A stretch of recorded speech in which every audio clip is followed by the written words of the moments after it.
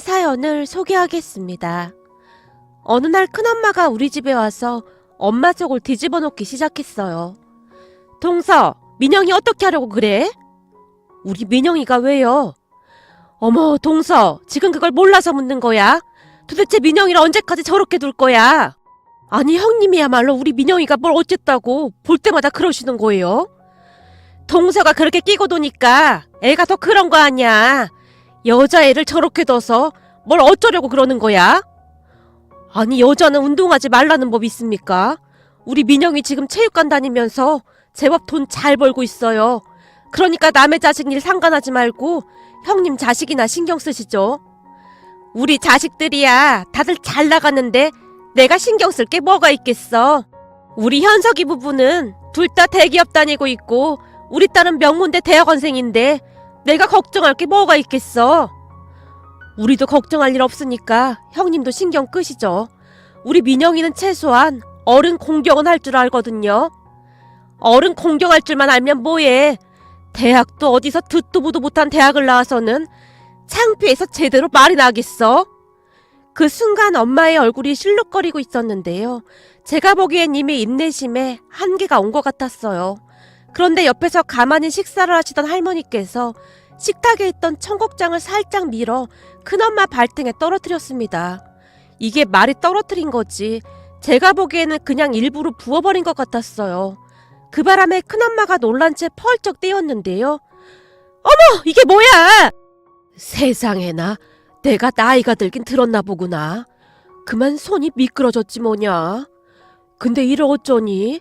진짜 제대로 된 청국장을 어렵게 구한 거라 아주 진국이거든. 웬만하면 냄새가 안 빠질 텐데 얼른 가서 씻어야겠구나. 그러게 어머님은 생신날 왜 굳이 청국장을 드신다고 하시는 거예요?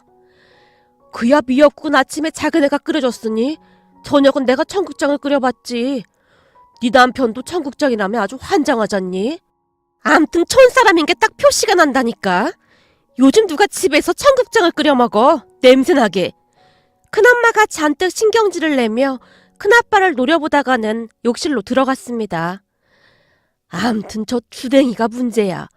내가 얼마나 잘 되나 한번 지켜볼 참이야. 작은 애야, 큰애 말은 마음에 담아두지 마라. 내가 보기엔 우리 민영이가 훨씬 낫지. 그렇고 말고. 어머님 눈에는 민영이밖에 안 보이시는 거죠? 그러니까 형님이 더 저러는 거잖아요. 내가 안 그러게 생겼냐? 우리 민영이는 마음이 착해서 분명히 잘 될 거야. 라며 할머니께서 제 머리를 쓰다듬어 주셨어요. 우리 할머니는 이상하리만큼 저를 많이 예뻐해 주셨거든요. 엄마 말로는 일찍 세상을 떠난 고모와 제가 많이 닮았다고 했으니까요. 네 고모랑 성격부터 행동까지 아주 똑같이 닮았어. 네 할머니 니만 졸졸 따라다니는 것까지 말이야. 라고 말하곤 하셨어요. 큰엄마가 욕실에서 투덜거리는 소리가 식탁까지 고스란히 들려왔고 할머니께서 큰아버지를 노려보며 한 소리를 하셨어요. 앞으로 내 생일날에 굳이 안 와도 된다. 네 저 얼굴만 보고 있으면 없던 병도 생길 것 같아. 어머니, 죄송합니다. 저 사람이 말은 그렇게 해도 나쁜 사람은 아닙니다. 그니까 나쁜 사람 아닌 니들끼리 잘 살라 그 말이야. 할머니가 다시 한번 쐐기를 박듯이 큰아버지를 노려봤습니다. 사실 우리 집 사연도 참 기가 막힌데요. 몇 년 전 지방에 홀로 계시던 할머니께서 쓰러지셨다고 동네 분에게 연락이 왔습니다. 그 바람에 가족들이 회의를 하게 되었는데 큰엄마는 절대 할머니를 모실 수 없다며 펄쩍펄쩍 뛰었어요. 만약 할머니를 모시라고 하면 바로 이혼할 거라고 말이죠. 하지만 그런 큰엄마와는 다르게 우리 엄마는 선뜻 할머니를 모시겠다고 했고요. 그렇게 홀로 지내겠다고 고집을 피우던 할머니를 부모님이 모시고 왔습니다. 할머니를 모시고 오던 날 큰엄마도 우리 집에 왔었는데요. 할머니 짐이 집 안으로 옮겨지는 것을 보고 안도의 한숨을 내쉬며 활짝 웃기까지 했어요. 그 모습이 어찌나 얄밉던지 다시는 얼굴을 보고 싶지가 않을 정도였습니다. 그런 큰엄마가 그나마 할머니를 보러 오는 것에는 다 이유가 있었는데요. 할머니에게 재산이 조금 있었거든요. 혹여나 그 재산을 우리 부모님에게 빼앗기지는 않을까 하는 걱정에 그렇듯 찾아온다는 것을 가족 모두 알고 있었으니까요. 사실 큰엄마네 자식들은 다들 공부를 잘해서 대기업이며 명문 대학원에 다니고 있었지만 저는 공부에는 큰 관심이 없었어요. 공부보다는 운동 쪽에 더 소질이 있었으니까요. 물론 제 동생은 공부를 꽤 잘하는 편이긴 합니다. 대학을 졸업 후 7급 공무원 시험에도 단번에 합격을 했거든요. 큰엄마가 그렇게 폭주하기 시작했던 이유가 제 동생이 단번에 7급 공무원에 합격을 하고 난 뒤부터였는데요. 그때부터 괜시레 운동하는 저를 물고 늘어지며 엄마 속을 긁어놓곤 했어요. 한마디로 큰엄마의 성격은 남이 잘 되는 꼴을 절대 못 보는 그런 사람이었어요. 하지만 저는 운동에 그 누구보다도 소질이 있었고 태권도 국가대표 상비군까지 갔었지만 도중에 다리를 다치는 바람에 포기할 수밖에 없었어요. 그 뒤부터 큰엄마는 아주 대놓고 저를 무시하기 시작했거든요. 민영아, 넌 어쩌면 좋냐? 운동하는 애들이 이게 문제야. 운동하다 다치고 나면 아무것도 못하고 아주 바보가 되는 거라니까. 그 머리로 지금에 와서 공부할 수 있는 것도 아니고 어쩌면 좋니? 네 앞날도 참 깝깝하다. 그러니까 학교 다닐 때 공부를 열심히 했어야지. 하긴 뭐 공부도 아무나 하는 게 아니니까. 라는 막말로 제게 비수를 꽂았어요. 그 뒤 우리 가족은 큰엄마를 상관조차 하지 않고 있었는데요. 간혹가다 찾아와서는 그렇듯 염장을 질러놓곤 했습니다. 그날 큰엄마 가족들이 돌아간 뒤에 할머니가 엄마에게 미안하다고 몇 번이나 말씀하셨는지 모르겠습니다. 하지만 이제는 엄마도 이골이 난 모양으로 그다지 신경 쓰지 않는 듯 해보였어요. 그러던 어느 날 제가 일하고 있는 태권도 도장에 가기 위해 집 앞 카페에서 커피 한 잔을 사서는 손에 들고 서둘러 발걸음을 옮기고 있었는데요. 저만치에서 소란스런 소리가 들려왔습니다. 저놈 잡아라! 저놈 좀 잡아주세요! 할머니 한 분이 소리를 지르며 한 남자를 쫓고 있었고 소매치기를 한 모양인지 남자가 가방을 손에 꼭 쥐고는 제 쪽으로 달려오고 있었습니다. 그 모습을 보며 제가 급히 그 남자를 향해 달려가다가는 순식간에 붕 날아올라서 2단 옆차기로 그 남자를 날려버렸습니다. 그 순간 너 절대 사람들 앞에서 발차기 이딴 거 하지 마. 알겠어? 라는 엄마의 목소리가 제 귓가를 스치고 지나가는 듯 했는데요. 제 머리보다 몸이 먼저 반응했다고 해야 할까요? 2단 옆차기를 날리고 착지하는 순간 제 입에서 짧은 외마디 소리가 흘러나왔습니다. 아, 발은 쓰지 말았어야 했는데. 하지만 남자는 이미 저만치 나가 떨어졌고 제가 잔뜩 양미간을 찌푸린 채 몸을 제대로 가누지도 못하고 있는 남자의 상태를 확인하고 있었는데요. 아, 큰일 났다. 저기요. 아저씨, 정신 좀 차려봐요. 제 손가락 보여요? 이거 몇 개로 보여요? 일어날 수 있겠어요? 라며 손가락 3개를 펴보이며 남자의 눈앞에서 흔들어대고 있었는데요. 그 순간 지갑을 소매치기 당했던 할머니가 급히 쫓아와서는 이놈 아주 잘됐다. 젊은 놈이 어디 할 짓이 없어서 소매치기를 해. 소리를 질러대셨어요. 하지만 저는 이미 정신줄을 놓고 있는 상태였기에 어떻게 해야 하나 고민만 하다가는 급히 경찰에 신고를 했습니다. 저기 여기가 땡땡 사거리 우체국 앞인데요. 지금 소매치기 범이 바닥에 누워있거든요. 빨리 좀 오셔야 할 것 같아요. 그게 암튼 빨리 오셔야 할 것 같아요. 그리고 구급차도 같이 와야 할 것 같은데. 제가 기어들어가는 목소리로 경찰에게 말했는데 전화기 너머로 들려오는 경찰의 목소리는 그저 어리둥절하다는 그런 목소리였어요. 그리고 얼마 뒤 도착한 경찰이 놀란 채 제게 물었어요. 아니 누가 소매치기라는 겁니까? 누구긴 누구야. 저기 누워있는 저놈이 소매치기지. 저기 저 아가씨가 아니었으면 큰일 날 뻔했어요. 저놈 당장 잡아다 가둬요. 할머니의 목소리가 조금 더 빨랐는데요. 그러니까 아가씨가 이 소매치기를 잡았단 말입니까? 그러게요. 저도 안 그러려고 했는데 소매치기라는 소리를 듣던 순간 저도 모르게 그만 이렇게 만들어버렸네요. 근데 이 사람 괜찮을까요? 아까부터 계속 누워만 있거든요. 그러니까 아가씨가 이 덩치 큰 남자를 이렇게 했단 말입니까? 저기 제가 이렇게까지 하려고 한 건 아닌데 이 머리보다 몸이 먼저 움직이다 보니까 이 사람 괜찮나 모르겠네. 경찰관님, 괜찮겠죠? 그리고 잠시 후 다행히도 소매치기가 정신을 차렸고 저는 졸지에 그 소매치기범과 함께 경찰서로 가야만 했습니다. 경찰관 뒤를 쫄래쫄래 따라가는데 머릿속에 별의별 생각이 다 들었어요. 특히나 엄마와 대화하던 소리가 계속해서 귓가를 스치고 지나갔는데요. 너 앞으로 일반인한테 그놈의 발차기 하기만 해봐. 지금 병원비 물어준 게 어디 한두 번이야?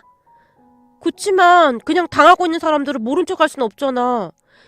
그니까 네가 나서지 말고 바로 경찰에 신고를 하란 말이야. 대한민국 경찰이 그냥 심심해서 있는 줄 알아?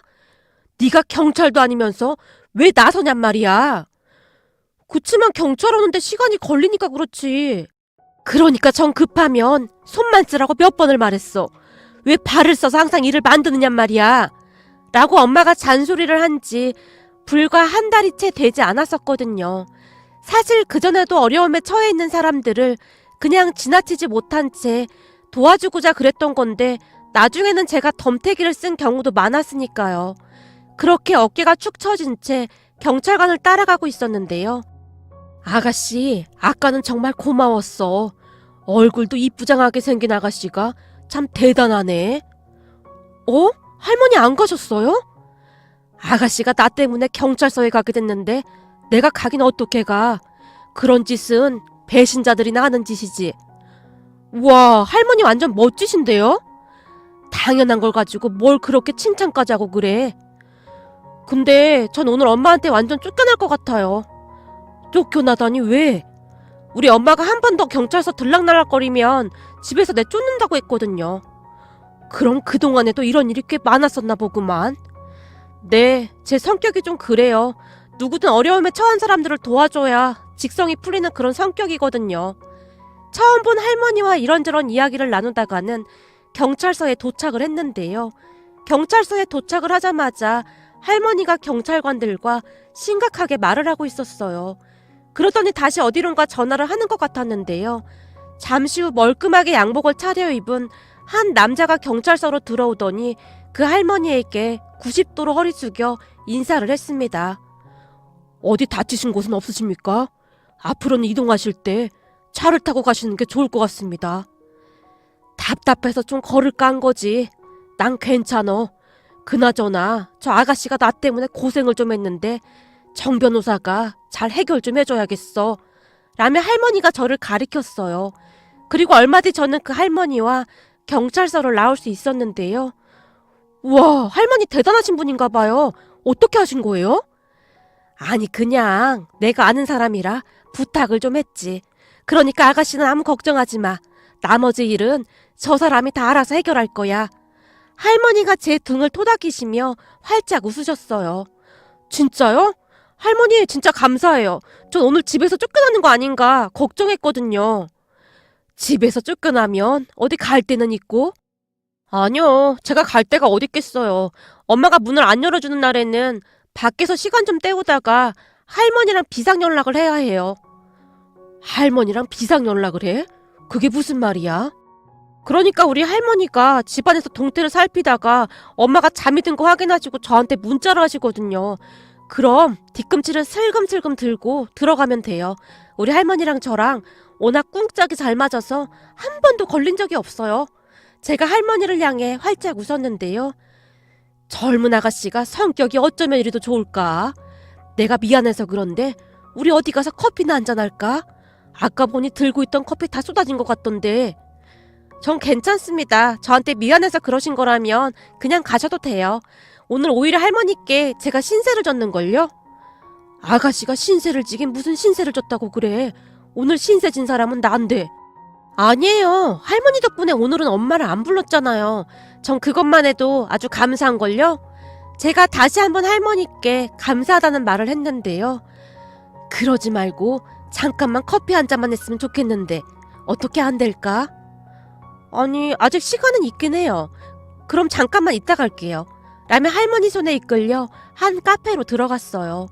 그렇게 할머니와 이런저런 이야기를 하게 됐는데요. 이렇게 예쁘장하게 생긴 아가씨가 태권도 선수였다고? 네, 태권도를 오래 했어요. 좋아하기도 했고요. 근데 다리를 좀 다치는 바람에 중간에 그만두고 지금은 태권도 가르치는 일을 하고 있습니다. 그렇구만. 어쩐지 아까 막 발차기인가 뭔가 그 솜씨가 예사롭지가 않더구만. 근데 다리에 힘이 얼마나 좋길래 그 건장한 남자를 한 번에 그렇게 만들 수가 있어? 아까 보니 그 소매치기범 덩치가 훨씬 좋아 보이더만. 아, 2단 옆차기요? 잘 모르는 사람들이 많은데 이 태권도 발차기가 어마어마하거든요. 그래서 우리 엄마가 어디 가서 절대 발은 쓰지 말라고 했는데 제가 원래 불의를 보면 못 참는 성격이거든요. 그러다 보니 그만 지나치지를 못하고 맨날 사고를 치고 다니고 있어요. 요즘에 보기 드문 아가씨네. 그런 성격은 누굴 닮은 거야? 우리 할머니 말로는 돌아가신 고모를 닮았다고 했어요. 근데 고모랑 저는 옛날에 집안에 독립운동하신 할아버지가 계셨다고 하는데 그 피를 물려받았다고 하더라고요. 집안에 독립운동하신 분도 있으셨어? 네, 원래는 우리 집안이 돈이 꽤 많은 집안이었다는데 대대로 독립운동 자금을 많이 댔다고 했어요. 우리 할머니가 하도 이야기를 해줘서 다 암기했을 정도예요. 제가 처음 뵙는 분한테 말이 너무 많았죠? 아니야. 그래서 젊은 사람이 이렇게 반듯한 거구만. 이 핏줄이라는 건 절대 무시 못하는 거거든. 할머니가 한동안 저를 바라보다가는 제게 혹시 전화번호를 줄 수 있냐고 물어봤어요. 제 전화번호를 묻는 이유가 궁금하긴 했지만 대수롭지 않게 생각하고 전화번호를 드렸는데요. 그게 제 인생을 송두리째 바꿔놓을 줄 누가 알았겠습니까? 그 뒤 한 달이라는 시간이 지났는데요. 어느 날 그 할머니께 연락이 왔어요. 저기나 기억나는지 모르겠네. 그때 소매치기 당했던 그 할머니. 안녕하세요. 네, 기억납니다. 혹시 내 부탁 좀 들어줄 수 있을까 해서 연락해봤는데. 부탁이요? 무슨 부탁이신데요? 그게 말이야. 나한테 손자가 한 명 있는데 그 손자가 태어날 때부터 몸이 많이 약해서 말이야. 그래서 말인데 우리 손자한테 태권도 좀 가르쳐줄 수 있나 물어보려고 전화했어. 태권도요? 태권도는 도장에 다니면 금방 배울 수 있을 텐데요. 아니, 우리는 개인 강습을 원하거든. 네? 태권도를 개인 강습 받으신다고요? 그래, 우리 손자가 공부만 하던 애라 워낙 낯을 많이 가리기도 하고 그래서 말이야. 내가 강습비는 섭섭지 않게 챙겨줄 테니 해줄 수 있을까? 아니, 저 말고도 잘 가르치시는 분들이 많을 텐데요. 아니야, 난 말이야. 내 눈으로 본 것만 믿거든. 근데 그날 아가씨 발차기 기술 보고 완전히 반했거든. 할머니가 계속해서 부탁을 하셨기에 할머니 손자분 1대1 강습을 해주기로 했습니다. 학생들만 가르치던 저로서는 다 큰 성인을 가르친다는 게 그렇긴 했지만 그만한 이유가 있을 거라는 생각을 하고 열심히 지도했는데요. 손자분은 정말이지 운동에는 소질이 없어 보였어요. 우선 많이 마른 체형에 키만 멀대같이 커 보였으니까요. 제가 손자분 강습에 가던 첫날 할머니가 슬픈 표정으로 말씀하셨어요. 우리 손자 태어나고 얼마 안 있다가 제 엄마가 세상을 떠났어. 제 엄마가 참 착하고 예뻤는데 원래 몸이 많이 약했거든. 그러다 몇 년 있다 우리 아들이 재혼을 했는데 차마 못 보내겠더라고. 내가 계속 끼고 살아서 정도 많이 들었었고 제 엄마가 세상 떠나기 전에 혹시나 우리 아들이 재혼하게 되면 나보고 손주를 부탁한다고 내 손을 잡고 신신당부를 했었거든. 아마도 새엄마 밑에서 자라는 것보다 할미가 키우는 게 좋다는 생각을 했겠지. 세상 떠난 며느리가 생각나시는지 할머니의 눈가가 촉촉히 젖어 있었습니다. 할머니께서 잘 키워주셔서 며느님도 하늘에서 감사하게 생각하고 있을 거예요. 그럼 다행이고. 근데 아가씨도 보다시피 우리 손자가 엄마를 닮은 것인지 잔병치레도 많고 그래. 그래서 운동을 좀 하면 괜찮을까 해서 그런 거니까 앞으로 잘 좀 부탁해. 우리 손자가 내가 하는 일을 도와주고 있어서 내 옆에 항상 붙어 있는데 보고 있으면 딱하기도 하고 말이야. 그날 할머니 댁에 가서 알게 된 사실인데요. 할머니 집은 서울에 따로 있다고 하셨어요. 경기도 외곽 공기 좋은 곳에 집을 지어놓고 왔다 갔다 한다고 하셨어요. 집에서 거리가 꽤 먼 거리였지만 주말 이틀간만 개인 강습을 했고 개인 강습비를 말도 안 되는 금액으로 높게 책정해 주셨기에 정말 열심히 강습을 했습니다. 암튼 그렇게 저는 손잡은 운동을 전담하게 되었어요. 손잡은 쑥스러움이 많은 성격으로 한동안은 서먹서먹했는데요. 시간이 지나면 지날수록 제 행동에 웃는 날이 많아졌어요. 그 모습을 할머니가 흐뭇한 표정으로 바라보셨고요. 어느 날은 운동을 하고 난 뒤 차를 한 잔씩 마시면서 이런저런 이야기를 했는데요. 손자분이 제게 물었어요. 저기 궁금한 게 있는데 물어봐도 돼요? 그럼요. 앞으로 우리 친구하기로 했잖아요. 그냥 편하게 물어봐요. 저기 제가 듣기로는 독립운동가 집안이라고 하던데 그게 사실이에요? 네, 우리 집안이 그 자랑스러운 독립운동가 집안입니다. 제가 자랑스럽다는 듯이 큰 목소리로 대답했어요. 그런 제 모습이 웃겼는지 손자분이 크 하고 웃음을 터뜨렸습니다. 근데 제가 무슨 말만 하면 왜 웃는 거예요? 제 말이 좀 웃긴가요? 그게 아니라 민영 씨랑 얘기하고 있으면 뭔가 막 유쾌해지고 그래요. 그냥 고민이 다 사라진다고 해야 할까요? 그리고 운동하고 난 뒤부터 몸도 많이 좋아졌어요. 사실 제가 입이 짧아서 밥도 잘 안 먹고 그랬거든요. 근데 민영 씨랑 운동한 후에는 밥이 그냥 막 들어가요. 정말요? 그럼 진짜 다행이네요. 열심히 운동하고 나면 금방 배가 고파지거든요. 그래서 그런 말도 있잖아요. 시장이 반찬이라는 말이요. 우리는 그렇게 즐겁게 운동을 하며 서로에게 조금씩 정이 들어갔던 것 같습니다. 무엇보다도 할머니의 역할이 참 컸는데요. 어느 날은 꽤 비싼 연극표를 주시면서 같이 다녀오라고 꼬시기도 했고, 또 어느 날은 진짜 비싸 보이는 호텔 레스토랑을 예약해 주시기도 했거든요. 지금 생각해보면 그 모든 것이 우리 둘이 친해지게 하려고 할머니가 묘안을 내신 게 아닌가 싶었습니다. 그렇게 우리는 더욱 친해져만 갔고 할머니 손주분과 저는 어느 순간 연인이 되어 있었어요. 그러던 어느 날 할머니가 제게 은행에 볼 일이 있다며 같이 가줄 수 있냐고 물었고, 저도 딱히 바쁜 일이 없었기에 쫄래쫄래 할머니를 따라 은행으로 들어갔는데요. 그날 저는 그동안 한 번도 본 적이 없던 광경을 목격하고 말았습니다.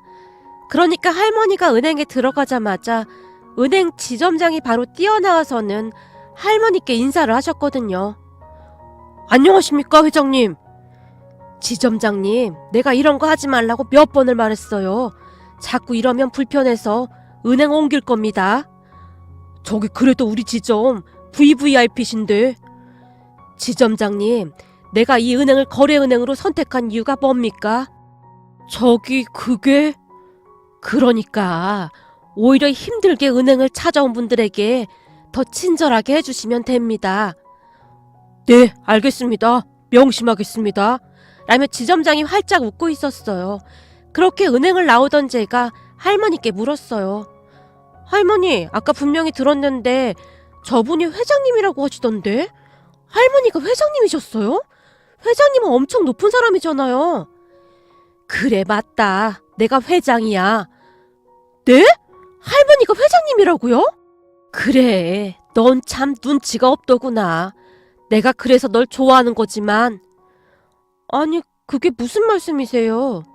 할머니께서 의미심장한 표정으로 미소를 지으셨어요. 사람들이 나한테 왜 저런 작은 은행과 거래를 하냐고 묻는데 다 이유가 있어. 저 지점장이 말이다. 내가 후원하는 보육원에 아주 오래전부터 개인적으로 후원을 하고 있었더구나. 몇 달에 한 번씩 그 지점장이 가족들과 함께 찾아가서 보육원 아이들을 살뜰히 챙기기도 하고 말이야. 거기다 무엇보다도 그 보육원 아이 한 명을 입양까지 했더구나. 정말요? 대단하신 분이네요. 맞다. 난 그런 사람들을 참 좋아하거든. 이 머리가 똑똑한 사람이 아니라 여기 이 마음이 따뜻한 사람들 말이야. 너도 이 마음이 따뜻한 그런 사람이야. 그래서 내가 널 처음 본 날 한눈에 딱 우리 손주 며느리로 점 찍었던 거야. 그럼 설마 현수 씨한테 운동을 가르치라고 하셨던 것도...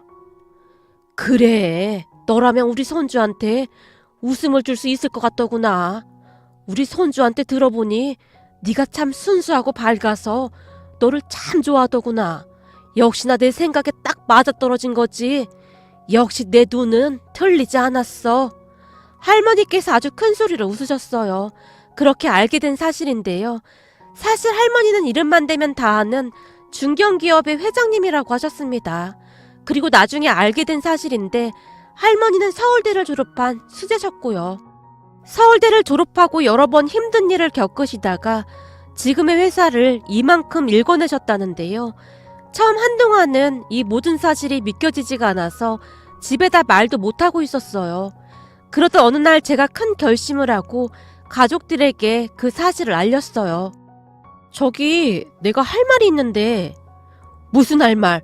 너 혹시 또 사고 친 거야? 또 발차기 그거 막 한 거야?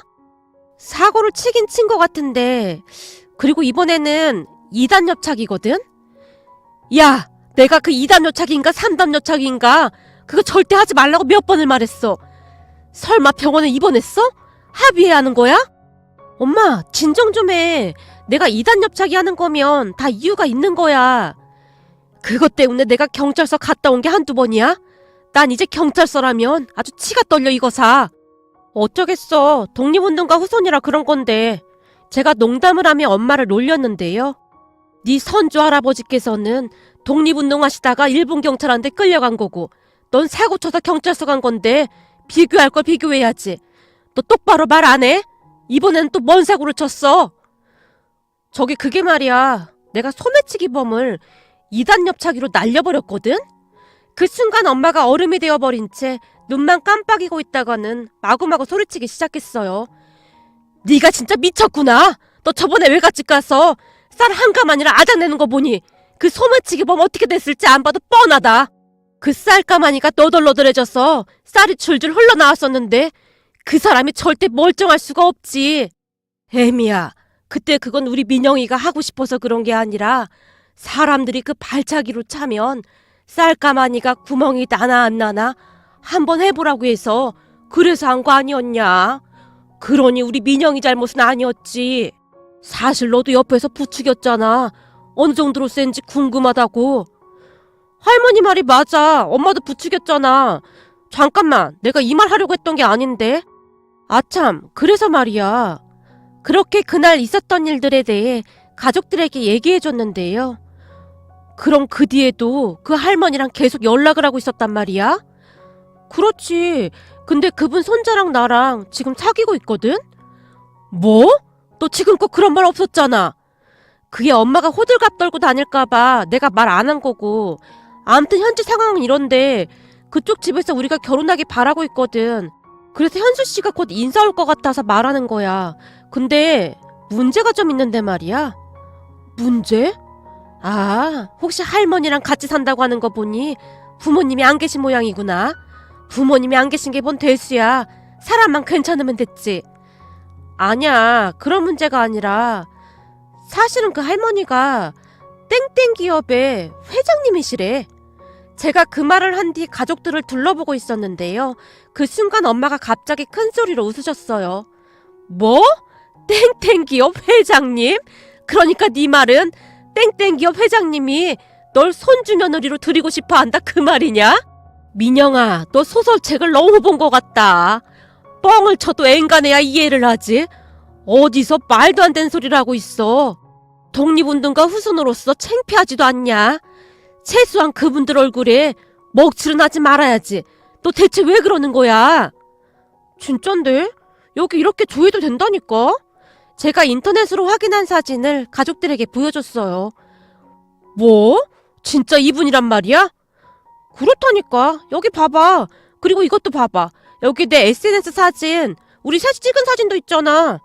제가 얼마 전 주말에 남친과 남친 할머니까지 모시고 삼겹살을 구워 먹던 사진까지 보여줬더니 가족들이 한동안 아무 말도 하지 못한 채 넋을 놓고 있었어요. 그 뒤 현수 씨가 우리 집에 인사를 온 뒤 바로 상견례를 했는데요. 상견례 날은 현수 씨 아버님과 새어머님도 참석하셨답니다. 하지만 실질적으로는 할머니가 부모와 다름없었기에 두 분 다 할머니 말씀에 따를 뿐이었어요.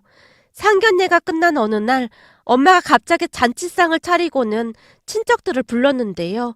집 안으로 들어서던 큰엄마의 표정은 씹은 듯한 그런 표정이었다고 해야 할까요? 아니 어떻게 운동만 한 민영이가 그런 집으로 시집을 갈 수가 있어? 이건 뭔 사기 냄새가 나지 않아? 왜 그런 거 있잖아. 알고 봤더니 간 이식할 사람이 필요해서 건강한 민영이를 데리고 간 거라든지 뭐 그런 거 말이야. 내가 몇 날 몇 주 생각해봤는데 이건 도저히 말이 안 되거든. 그니까 동서 한번 잘 알아봐. 형님, 우리 상견례까지 했잖아요. 근데 아주 좋은 분들이니까 아무 걱정하지 마세요.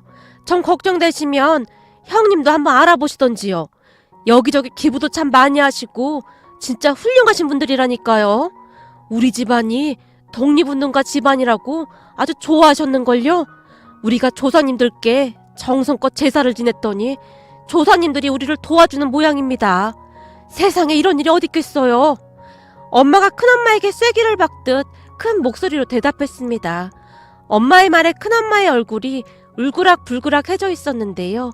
결국 잠시 후 속이 좋지 않다면서 집에 가버리더라고요. 그 모습을 보며 할머니께서 아유, 꽃이다 꽃이여. 그러게 옛말에 뿌린 대로 거둔다는 말이 있는 거 아니겠냐?